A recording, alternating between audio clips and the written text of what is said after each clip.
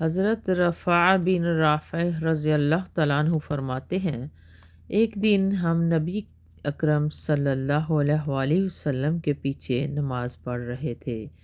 جب آپ صلی اللہ علیہ وآلہ وسلم نے رکوع سے سر اٹھایا تو فرمایا، سمیع اللہ لمن حمیدہ، اللہ نے اس کی سن لی جس نے اس کی حمد بیان کی۔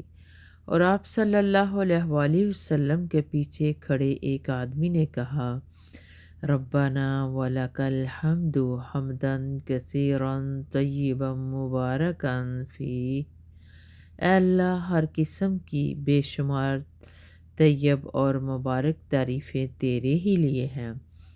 جب آپ صلی اللہ علیہ وآلہ وسلم نے سلام پھیر کر صحابہ کرام رضی اللہ تعالیٰ عنہم کی طرف منہ کیا تو پوچھا، یہ الفاظ کہنے والا کون تھا؟